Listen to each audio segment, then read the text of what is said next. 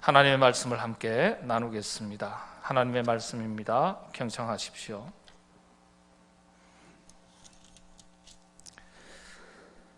사무엘이 이스라엘 온 족속에게 말하여 이르되 만일 너희가 전심으로 여호와께 돌아오려거든 이방 신들과 아스타롯을 너희 중에서 제거하고 너희 마음을 여호와께로 향하여 그만을 섬기라. 그리하면 너희를 블레셋 사람의 손에서 건져내시리라. 이에 이스라엘 자손이 바알들과 아스타롯을 제거하고 여호와만 섬기니라. 사무엘이 이르되 온 이스라엘은 미스바로 모이라. 내가 너희를 위하여 여호와께 기도하리라 하매 그들이 미스바에 모여 물을 길어 여호와 앞에 붓고 그날 종일 금식하고 거기에서 이르되 우리가 여호와께 범죄하였나이다 하니라. 사무엘이 미스바에서 이스라엘 자손을 다스리니라. 아멘.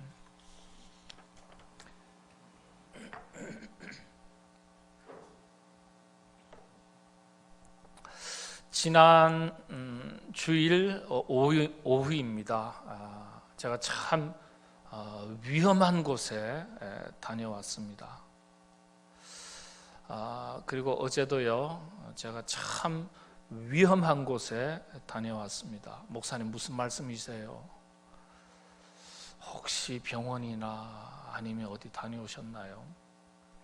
그곳이 어딘지, 왜 제가 그렇게 위험한 곳이라고 말씀을 드리는지 말씀을 함께 나누는 동안에 여러분들에게 설명을 해드리겠습니다. 그리스도인들의 정체성을 나타내는 여러 가지 용어들이 있습니다. 특별히 초대교회 시절부터 지금까지 사용되는 두 가지 용어가 있습니다. 하나는 우리가 늘 일상적으로 사용하는 그리스도인, 그리고 또 하나는 마르투스, 마르투기야, 마르투스라 그러죠. 이 두 가지 용어입니다. 그리스도인이라는 말은 예수 그리스도를 구주로 믿고 구원받은 백성이 된 것, 성도를 가리키는 말입니다. 마르투스는 법정 용어입니다. 증인, 목격자, 증언자, 그런 뜻입니다. 그런데 그리스도인을 가리켜 뭐라고 말하죠? 마르투스라고 말합니다. 복음의 증인이라는 뜻입니다. 마르투스, 증인은요, 법정에서 진술을 할 때 사실만 말해야 합니다. 요즘 많이 사용하는 단어로는 팩트죠. 팩트만 말해야 합니다. 직접 경험한 것, 듣고 보고 체험한 그대로 사실만 말해야 합니다. 왜 그렇습니까? 판결에 중요한 영향을 미치기 때문에 그렇습니다. 그래서 이걸 어기면, 위증하면 증인이라 할지라도 법적인 처벌을 받게 됩니다. 지금도 마찬가지죠. 인 것은 이다라고 말하고 아닌 것은 아니다라고 말해야 합니다. 증인의 가장 기본적인 자세입니다. 그리스도인들은요, 이 마르투스의 책임과 역할이 있습니다. 복음의 증인으로서의 역할과 책임은 물론이고요, 우리가 살아가는 세상 속에서 이 역할과 책임을 다할 수 있어야 합니다. 아닌 것은 아니다라고 말하면서 살아야 하고, 인 것은 이다라고 말하면서 살아야 합니다. 온갖 소문과 오해, 거짓과 진실이 혼재하는 세상 속에서 그리스도인들이 세상을 아름답게 만들어 나가는 중요한 일 중에 하나가 바로 진실과 정직으로 살아가는 것입니다. 요즘 코로나19 바이러스로 인해서 한국 정통교회들이 세상 사람들의 지나친 의심과 비난의 화살을 맞고 있는 실정입니다. 참으로 안타까운 일입니다. 대사회적인 책임과 역할을 다하지 않는 것처럼 비춰지기도 하고, 심지어는 그리스도인들조차도 스스로 우리 교회를 오해하는 경우도 있습니다. 팩트 체크죠. 사실 확인 하나 좀 해보겠습니다. 판단은 개개인의 몫이지만 팩트는 알고 있어야 돼요. 그래야 무엇이 오해된 것인지, 왜곡된 것인지, 잘못된 것인지 알 수 있기 때문에 우리 자신을 먼저 알아야 돼요. 알아야 잘못된 비난에 대해서 방어할 수 있는 거예요. 오해를 풀 수 있고 설명할 수 있는 거예요. 그렇지 않으면 우리 자신도 모르게 분위기에 휩쓸려서 우리 자신의 정체성마저도 흔들리기 쉽습니다. 스스로 영향력을 잃어버려요. 이미 한국 교회는 코로나19 바이러스 사태로 인해서 전 국민이, 사회가 어려움을 겪고 있는 것을 보면서 대사회적인 책임과 또 그 책임의 상당 부분을 적극 실천하고 있는 중입니다. 주중에 모든 모임과 사역들을 즉각 중단 중지했습니다. 이건요, 사실요, 교회로서는 엄청난 손실이고 엄청난 대가를 치르는 겁니다. 그럼에도 불구하고 사회적 책임을 감당하는 차원에서 망설임 없이 우리 교단 총회가 결의하고 최소한의 예배를 여러 안전장치와 방역 지침들을 지키면서 최소한의 교회에서의 주일 예배와 온라인 예배로 대신하고 있습니다. 지침 7가지를 저희가 다 지키고 있습니다. 마스크 쓰고요, 2m 거리를 간격띄고요, 식사하지 않고요, 악수하지 않고요, 소독제 비치하고요, 다 하고 있습니다. 이미 예배 성전에서 드리는 예배에 참여하는 성도님들은 3분의 1, 4분의 1, 5분의 1, 6분의 1로 다 줄었어요. 그럴 수도 있고, 가정에서도 드릴 수 있고, 교회에서도 드릴 수도 있고. 특별히 한국교회는 7만여 개의 한국교회가 있습니다. 7만여 개의 한국교회 중에서 팩트 체크를 한번 하겠습니다. 지금까지 확진자가 나온 교회는 6개 교회입니다. 확진자가 나온 교회가 6교회입니다. 6교회에 불과합니다. 우리 교단에서는 명성교회가 처음에 확진자가 나왔다, 의심자가 나왔다 했죠. 나중에 음성으로 다 판정됐습니다. 그럼에도 그런 말이 나올 때, 소문이 막 퍼져나갈 때 즉시 온라인 예배를 다 전환을 했어요. 나중에 알고 보니까 뭐예요? 음성이에요. 비난의 화살 속에서 교회가 엄청난 대가를 치렀어요. 소망교회예요. 제가 이거 유튜브로 다 나가고 이러니까 뭐 대부분 저희 교인들이 들으시겠지만은 뭐 그래도 그중에는 다른 분들도 들으실 수 있습니다. 제가 없는 말 더 할 수도 없고요. 요즘 없는 말 했다가 어떻게 됩니까? 팩트만 얘기하는 거죠. 모르는 건 모르는 거고 아는 건 아는 대로 말씀드리는 거예요. 소망교회 한 명의 교인이, 제가 알고 있기 저 외국인가요? 기억이 잠깐 흐립니다만은 국내 어디 지방 갔다가 왔는데 나중에 보니까 확진자로 판정이 됐어요. 근데 이분이 이제 찬양대도 했어요. 소망교회가 즉시 온라인 예배로 다 전환을 했습니다. 나중에 보니까 소망교회 자체 내에서는 성도들 간에 감염, 전염이 전혀 없습니다. 소망교회 한 명이. 동안교회, 제가 참 부목사로 있었던 동안교회, 확진자가 6명이 나왔습니다. 청년이 PC방 가서 옮겨왔습니다. 감염이 됐습니다. 이게 드러났어요. 그러고 나서 수련회 참석했어요. 대학부 임원 수련회가 167명인가 8명 수련회 참여했습니다.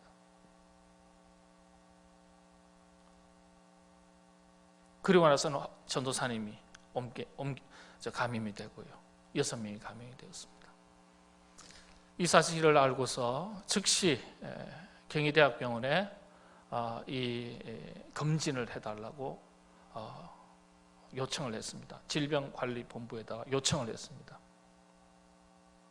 그런데 바빠서 그럴 수도 있고 너무 많은 확진 또 대기자가 있을 수도 그래서 그럴 수도 있습니다만 질병관리본부에서는 지금 할 수 없다고 그랬어요. 그래서 안타까운 마음에 동학교회 김영준 목사님께서 경희대에다가 교회 예산 3천만 원 가까이 들여가지고 청년들 수련회 참석했던 160여 명 전부 다 검사했습니다. 그리고 교육자 전체 다 검사했습니다. 6명 이외의 확진자 나오지 않았습니다.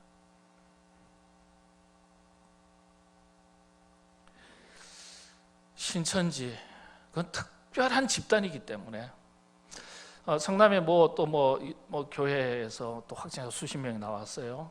이 교회는 이미 우리 기독교 방송 매체에서 이단성이 아주 있다, 문제가 있다라고 방송된 교회입니다. 이미 잘하고 있어요. 10만 명의 치유 사역 그리고 엉뚱한 소리 하면서요. 주일 예배에도 안수하고 통성기도 하고 그런 교회입니다. 이미 저희들이 알고 있는 교회입니다. 그러니까 통성기도 하고 그냥 안수하고 해야 되니까 마스크 쓰고 통성기도 하고 불편하지 않습니까? 그냥 마스크 다 벗게 하는 거예요. 그러고 나서는 그 소독한다고 소금물 입에다가 뿌리고 이상한 교회죠. 그런 교회에서 그런 안전조치, 방역조치를 취하지 않으니까 감염자가 속출하게 된 거죠. 이런 교회 말고는 이미 한국 교회는 대부분 건전하고 건강한 교회는요, 방역조치, 안전조치 철저하게 하고 있습니다.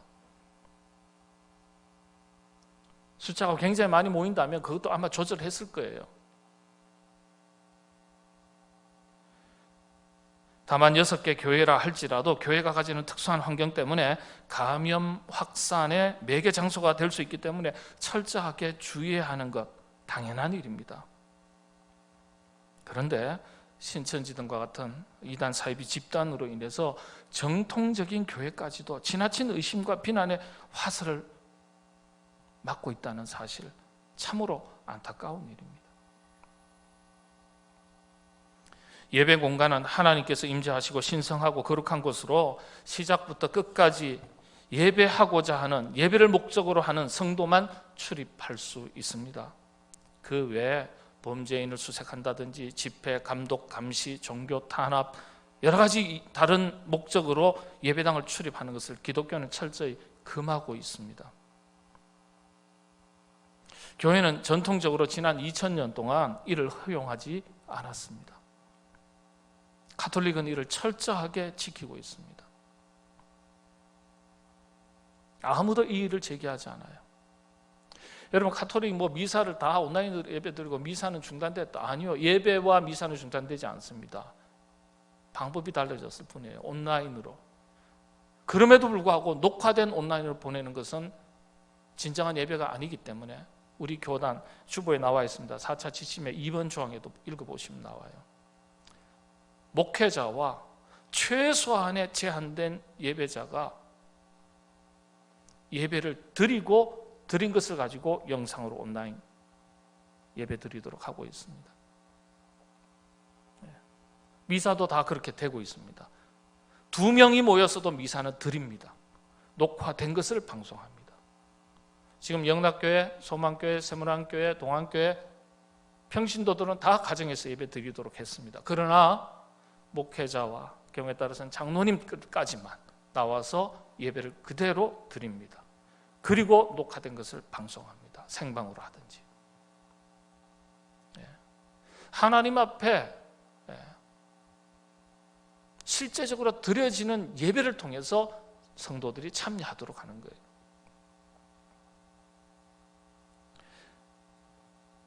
가톨릭은 이걸 철저하게 지키고 있습니다. 예배 목적 이외에 교회를 오픈하지 않습니다. 심지어 민주화운동 당시에 수비령에 의해서 도피해서 잠입했다 그러면 이상하죠. 피신한 현행범이라 할 수 있겠죠. 당시 보안법에 의해서 볼 때는 그렇죠. 명동성당에 수십 명이 도피해오고 일주일 이상 집거할 때도 일체 검찰, 경찰, 공무원들이 체포를 시도하거나 구금, 조사, 감사를 위해서 출입하려고 할 때 허락하지 않았습니다. 가톨릭은 허락하지 않았어요.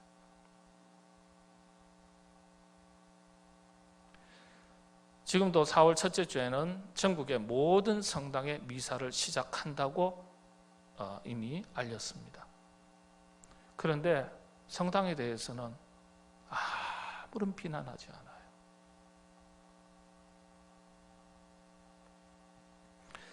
하도 속이 상해서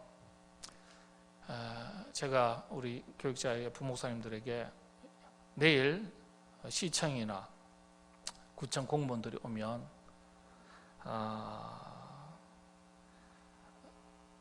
동의서를 작성한 후에 출입 허락을 해라 그랬습니다. 아직 행정 명령이 내려지지 않았기 때문에 공무를 방해하는 건 아니죠. 와서 사진을 찍는 것, 녹음하는 것, 녹취하는 것, 여러 가지 이런 상황 속에서 보고 자료로만 사용하고 일체 외부에 유출하지 않겠다 서약하라고 그랬어요. 본인이 신천지인지 아닌지 어떻게 하냐, 공무원증 내놓으라 그랬어요. 뭐 혹시 여기에 계신지 안 계신지 모르겠어요. 이청혁 씨. 그거 작성하지 않으면 교회 출입시키지 마라 그랬어요.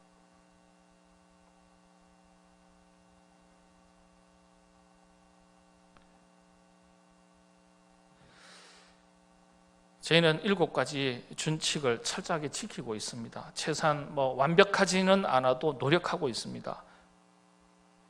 그런데 이 준칙을 교회에 제시하고 적용할 때는 집단 감염을 일으킨 요양병원, 요양원, 콜센터, 각종 다중시설, 영화관, 공연장, 상시용 모든 다중시설에 대해서도 정부의 7대 준칙을 명령한 뒤에, 행정명령을 내린 뒤에 할 수 있는 겁니다. 교회만 특정해서는 안 되는 거예요. 교회만 특정해서. 혹시 의도가 있지는 않을까 의심할 수 있는 거예요.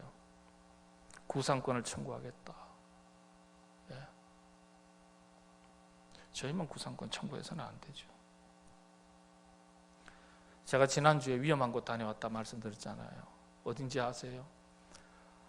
속이 상해서 답답하고, 그래서 사람들 가겠나 싶어서 한가할 거다, 아무도 안 갈 거다. 그래서 그날 지난 주일 오후에 저녁 때입니다.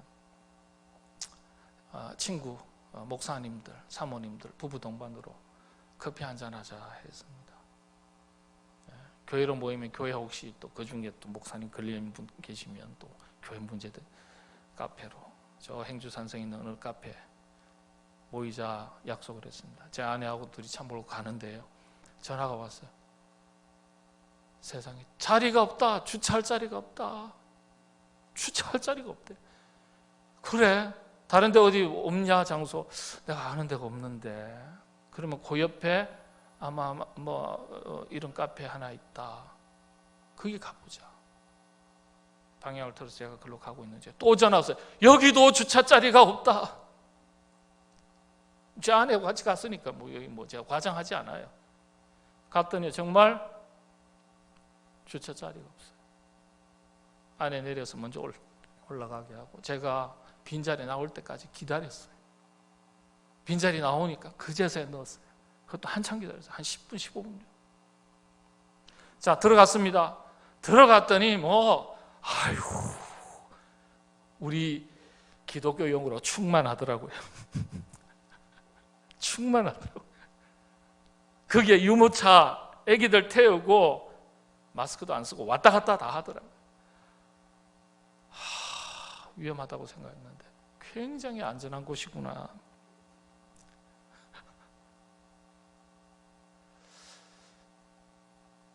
제가 어제 또 위험한 곳 갔다 그랬잖아요. 우리 교회 큰 길 맞은편에 언덕 위에 하얀 집, 베이커리 앤 카페.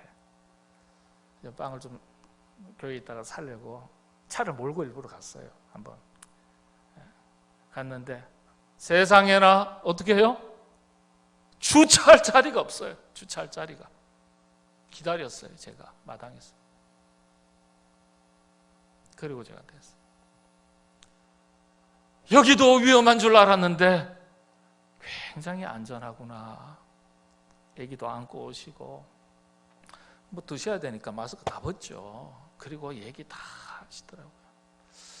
무감각하게 해서 그럴 수도 있지만 너무 답답해서 그냥 이제 위험을 감수하고 나오실 수도 있기도 하지만 어쨌든 제가 목격한 내용입니다.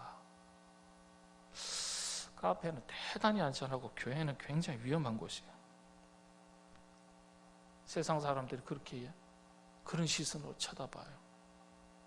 너무 화가 나는 거예요. 그러니까 여러분 오늘 이 자리에 오셨지만은 1시간 겨우 앉아 있다가 가시는 정도예요.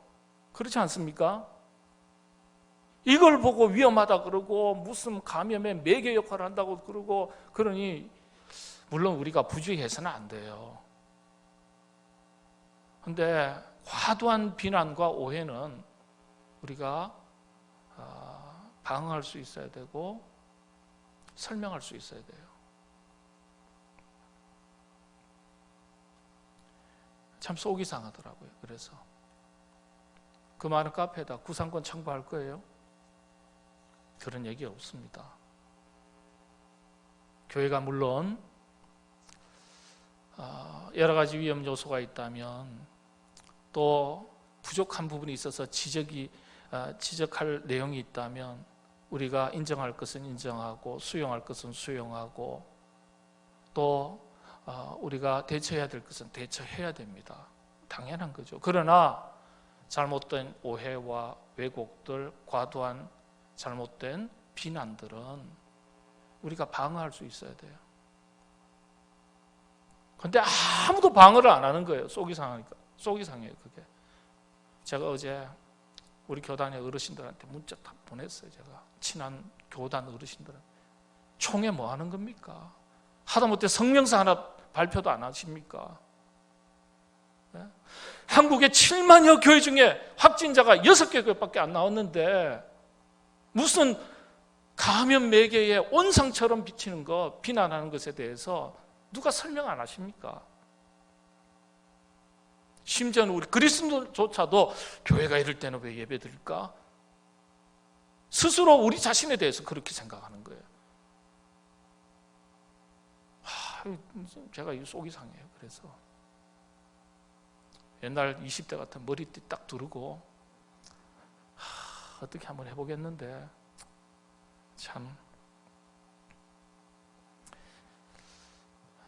오늘 이렇게 위험한 자리에도 담대한 믿음을 가지시고 이렇게 나오신 여러분들 앞에 이런 얘기 부담드려서 죄송합니다.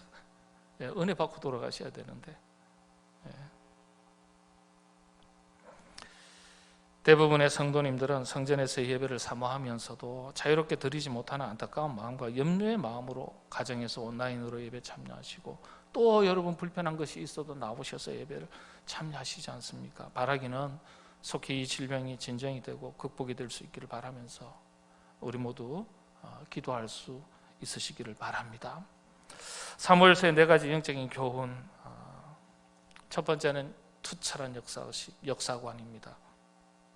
이걸 엿볼 수 있어요. 두 번째는 확고한 신앙 고백을 바탕으로 한 신앙관을 볼 수 있습니다. 세 번째는 바람직한 리더십, 지도자상을 찾아볼 수 있습니다. 마지막 네 번째는 영적인 안목, 통찰력을 찾아볼 수 있습니다. 이게 신학적인 용어로 계시성이라고 그러는데 오늘 이 시간에는 잠깐 역사관, 섭리사관에 대해서만 살피도록 하겠습니다. 기독교 역사관은 섭리사관을 기초로 하고 있습니다. 섭리사관이라는 말이 어떤 뜻입니까? 모든 역사의 주인이 여호와 하나님이시며 역사에 개입하셔서 하나님의 뜻대로 이끌어 가심을 믿는 역사관, 이런 역사관이에요. 이런 관점에서 볼 때요, 고난의 역사이든지 번영의 역사이든지 모든 역사는 하나님께서 일하시는, 역사하시는 현장입니다. 하나님께서 개입하시고 하나님의 뜻을 이루어 가시는 현장, 그게 역사라는 거예요. 그래서 여러분 그런 역사의식을 가지면, 섭리사관을 가지면 이 코로나19 바이러스 사태가 우리하고 무관하지 않아요. 지금 코로나19 바이러스로 인해서 전 세계가 위기를 맞고 있는 이 상황 속에서도 우리는 하나님의 뜻을 찾을 수 있다는 겁니다. 이런 역사의식이 있어야. 이런 섭리사관의 관점에서 볼 때 세상 사람들은 어떤 사건, 어떤 일에 대해서 우연이라고 말할지 모르지만은 신앙적인 관점에서는요, 우연이란 있을 수가 없는 겁니다. 하나님께서 역사의 주인으로서 개입하시고 간섭하시기 때문입니다. 다만 우리가 이해할 수 없는 영역이 너무 많을 뿐인 거예요. 그래서 우리는 모든 순간, 모든 상황, 모든 사건 속에서 하나님의 뜻이 무엇인지를 찾아보려고 노력해야 합니다. 섭리사건에 기초한 사무엘의 아주 투철한 역사의식을 엿볼 수 있는 사건이 하나 있습니다. 바로 사무엘서에 기록된, 오늘 본문에 기록된 그 유명한 미스바 회개 기도 운동입니다. 회개운동, 미스바 회개운동. 당시에 이스라엘은요, 여호와의 궤, 성경에서는 다양하게 표현합니다. 여호와의 궤, 법궤, 언약궤 이렇게 표현하는데 하나님의 임재를 나타내죠. 그런데 처음에 이스라엘이 블레셋과 전쟁을 할 때는요, 첫 전쟁에서 이 4,000명이나, 사무엘 당시에요, 4,000명이나 사망하고 전쟁에서 패하게 됩니다. 이후에 자성을 해보니까, 반성을 해보니까, 언약궤, 여호와궤, 법궤를 앞세우지 않았기 때문에 우리가 전쟁에 패한 것 아닐까, 그렇게 생각해서 실로라는 곳에 있었던 언약궤를 이스라엘 백성들이 전쟁터로 가지고 오게 됩니다. 제가 성경 말씀 다 찾지는 않겠습니다. 방금 말씀드린 대로 여호와의 궤는 하나님의 임재를 상징합니다. 자, 이제 하나님께서 우리와 함께 하시니까, 그 하나님을 우리가 앞세우니까, 법궤를 앞세우고 전쟁에 나가니까 이제 하나님께서 이 전쟁에 개입하셔서 블레셋과의 전쟁에서 승리하게 해 주실 것이다, 이렇게 믿었어요. 그리고 나서는 다시 전쟁을 시작했습니다. 그런데 안타깝게도 여호와의 언약궤를 앞세웠음에도 불구하고 이스라엘이 대패를 했어요. 이 전쟁에서는 무려 3만 명이 사망합니다. 그리고 언약궤까지 빼앗겨 버렸어요. 하나님의 임재를 나타내는 언약궤를 앞세웠지만 승리할 줄 믿었지만 대패했습니다. 왜 그럴까요? 이유가 있어요. 사실 실로라는 성소에 있는 하나님의 언약궤는요, 하나님의 명령과 허락 없이 자의적으로 옮길 수 없는 겁니다. 법궤는 하나님의 명령, 허락 없이는 옮길 수가 없습니다. 그런데 이스라엘 백성들은요, 블레셋과의 전쟁에서 승리하기 위한 목적 하나 때문에 하나님의 명령과 허락이 전혀 없는 상태에서 자의적으로 언약궤로 옮긴 거예요. 그러니까 당연히 하나님의 임재가 나타나지 않는 거예요. 하나님의 역사가 나타나지 않는 거예요. 성서학자들은 패배 이유를 이렇게 설명을 합니다. 이스라엘 백성들은요, 그래서 하나님을 믿는다고 말하면서도 여전히 칼과 창만을 의지했고, 여호와의 언약궤는 단순히 전쟁 승리를 위한 도구로만 생각하고 그렇게 사용했기 때문에 이스라엘이 전쟁에서 패배한 거예요. 역사의 주인 되시고 전쟁을 승리로 이끄시는 여호와 하나님에 대한 전적인 신뢰와 의지 없이 언약궤를 단순한 수단으로만 사용하려 했던 이스라엘의 불신앙이죠. 이 불신앙 때문에 4,000명이 죽고 또다시 3만 명이 죽고, 그토록 중요하게 여기던 하나님의 임재를 상징하는 여호와 궤, 언약궤도 빼앗기게 되는 치욕의 패배를 맞게 된 거예요. 역사의식이 없는 거예요. 이에 반해서 후에 다윗은요, 이와 비교되는 모습을 보여줍니다. 사무엘상 17장 47절의 말씀인데요, 제가 읽어드리겠습니다. 또 여호와의 구원하심이 칼과 창에 있지 아니함을 이 무리에게 알게 하리라. 전쟁은 어떻게 해요? 여호와께 속한 것인즉 그가 너희를 우리 손에 넘기시리라. 전쟁은 여호와께 속한 것이다. 다윗이 그렇게 고백합니다. 아주 역사의식이 있는 거예요. 승리사관이 있는 거예요. 전쟁의 역사든 고난의 역사든 번영의 역사든 이 역사를 움직이시고 주장하시는 분은 누구라고요? 하나님이시다. 그래서 전쟁은 하나님께 속한 것이다. 이런 고백이 단순한 고백이 아니에요. 투철한 역사의식, 승리사관에 기초를 한 역사의식이 없으면 이런 고백을 드릴 수 없는 거예요. 위대한 고백입니다. 모든 역사의 주인은 오직 하나님 한 분이시라는 승리사관에 기초하고 철저하고도 투철한 역사의식을 엿볼 수 있는 고백입니다. 사무엘 당시 이스라엘 백성들은 블레셋과의 전쟁에서 창과 칼에 의지했기 때문에 전쟁의 대패였습니다. 이에 반해 다윗은 분명하게 고백합니다. 창과 칼에 의지하지 않는다. 비록 전쟁의 역사지만은 역사의 주인 되시는 하나님을 전적으로 의지하고 있음을 고백하는 거예요.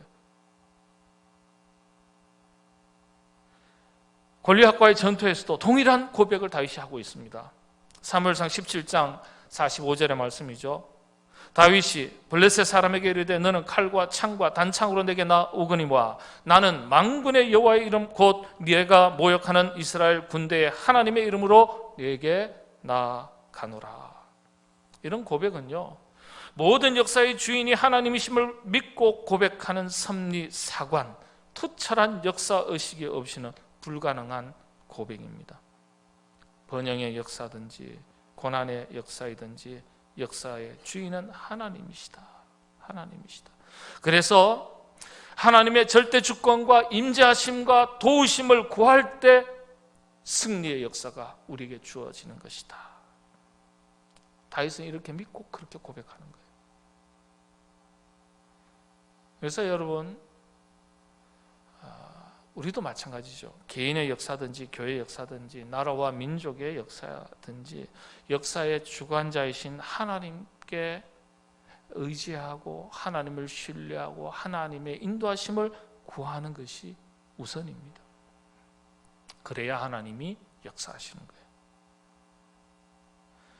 그래서 전쟁 패배의 원인이 이스라엘 백성들을 보니까 역사의식이 결여된 거예요. 이런 섭리사관에 기초한 역사의식이 결여된 거예요. 전쟁의 역사에서도 주인 되시는 분이 하나님이신데 그런 역사의식이 결여된 것을 사무엘이 보게 된 거예요. 그래서 하나님의 절대 주권과 임재를 분명하게 깨닫도록 하기 위해서 전 이스라엘 백성들에게 미스바 광장으로 다 모이게 한 겁니다. 그리고 회개 기도하게 한 것입니다. 이 회개 기도는 윤리 도덕적인 측면에서 개인의 잘잘못에 대한 회개 기도 운동이 아니에요. 역사의 주인 되시는 하나님을 전적으로 신뢰하고 절대 주권을 인정하고 역사에 개입하셔서 하나님께서 이 역사를 이끌어 가신다는 그 믿음이 없는 거예요. 흔들린 거예요. 거기에 대한 회개 운동입니다. 신앙개혁이에요.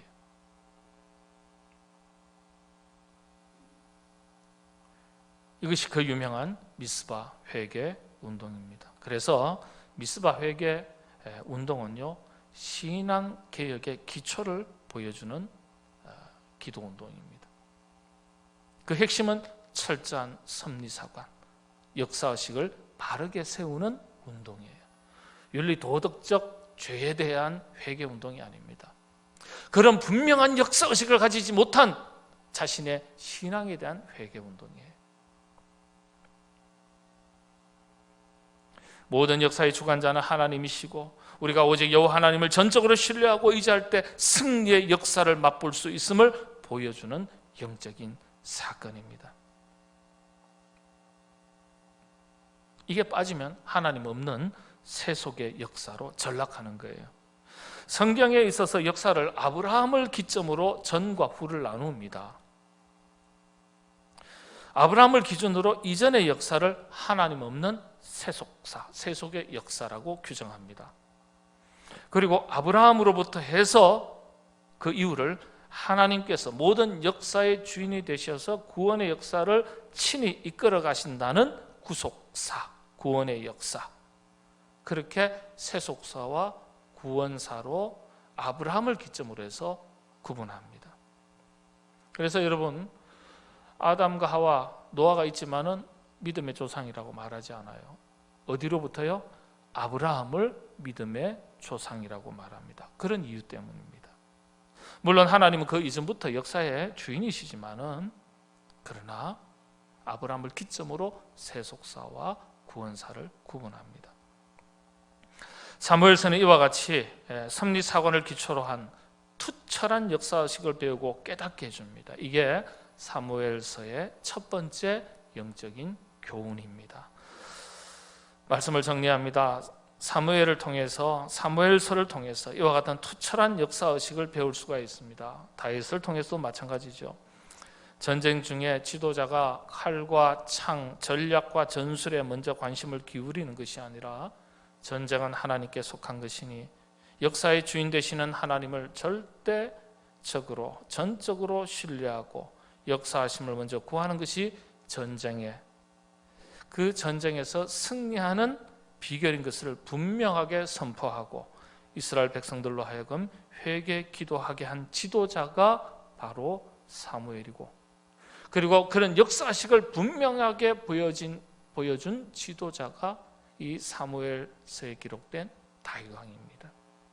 우리 역시 개인의 역사든지 말씀드린 대로 한 나라의 역사이든지 교회의 역사이든지 그 역사를 다스리시고 이끄시는 분이 하나님이심을 분명하게 믿고 고백할 수 있어야 하겠습니다. 이게 참 중요한 이유는요, 하나님의 절대 주권을 인정해야 그 역사 속에서 하나님의 뜻을 찾을 수 있기 때문에 중요합니다. 이런 역사의식, 섭리사관이 철저하면 축복은 물론 고난 속에서도 하나님의 뜻을 찾을 수 있습니다. 하나님의 뜻을 찾는 것이 참 중요합니다. 왜 그렇습니까? 하나님의 뜻을 먼저 분명히 깨달을 수 있어야 그 뜻에 맞추어서 살아갈 수 있고, 그 뜻을 성취하는데 우리가 다 부름받은 일꾼으로서 쓰임받으면서 살아갈 수 있기 때문에 그렇습니다. 하나님의 뜻, 자기 사명이라고도 할 수 있겠죠. 그 뜻을 깨닫고 이루어가면서 산다는 것이 우리 그리스도인들에게는 가장 보람된 일입니다. 우리가 하나님의 뜻을 모르고 살아간다는 것 자체가 어리석은 일이죠. 그래서 철저한 역사의식, 투철한 역사의식, 분명한 섭리사관을 가지는 것이 중요합니다. 섭리사관에 기초한 아주 투철한 역사의식을 가지는 것이요, 어려운 일이 아닙니다. 세 가지만 말씀드립니다. 첫 번째는요, 역사의 주인이 하나님이심을 분명하게 믿고 고백하는 것입니다. 역사의 주인 되시는 분이 오직 하나님 한 분이심을 분명하게 믿고 그렇게 고백하는 것. 그 다음 두 번째 단계는, 그리고 역사 속에서 고난의 역사든지 번영의 역사든지 관계가 없습니다. 역사 속에서 나타난 하나님의 뜻이 무엇인지 살피는 것. 역사가 하나님의 일하시는 무대 현장이니까 하나님의 뜻이 무엇일까 살피는 것. 그리고 마지막 세 번째가 찾은 바, 깨달은 바 그 뜻을, 하나님의 뜻을 온몸으로 실천하고 살아가는 것. 투철한 역사의식, 섭리사관을 가진 그리스도인 삶의 과정입니다. 이게 코로나19 바이러스가 전 세계로 확산된 이 시점에서도 단순한 질병의 사건으로만 바라볼 것이 아니라 불완전한 세상, 이 속에서 참 억울하지만은 수많은 영적인 도전들, 이 속에서 우리의 신앙의 자리가 어떠한지, 그리스도의 몸된 우리 교회가, 그리고 하나님의 백성으로서 우리 자신이 어찌 살아야 하는지, 우리를 향하신 하나님의 뜻이 무엇인지 분명히 깨닫고 이런 상황을 잘 극복해 나가고 또 헤쳐나갈 수 있어야 되겠습니다. 여러분들 한 주 동안도 우리 하나님께서 여러분의 몸과 마음과 영을 평안하게, 안전하게, 건강하게 지켜주시기를 바랍니다. 경제가 참 어렵다고 하는 소리가 들립니다. 하나님께서 여러분의 일터를 주의 은혜 가운데 지켜주시기를 바랍니다. 바라기는 우리만이 아니라 이 땅을 살아가는 모든 사람들 긍휼히 여겨주시고 일상이 다시금 회복될 수 있도록 하나님께서 치유해 주시고 회복해 주시기를 바랍니다. 기도하겠습니다.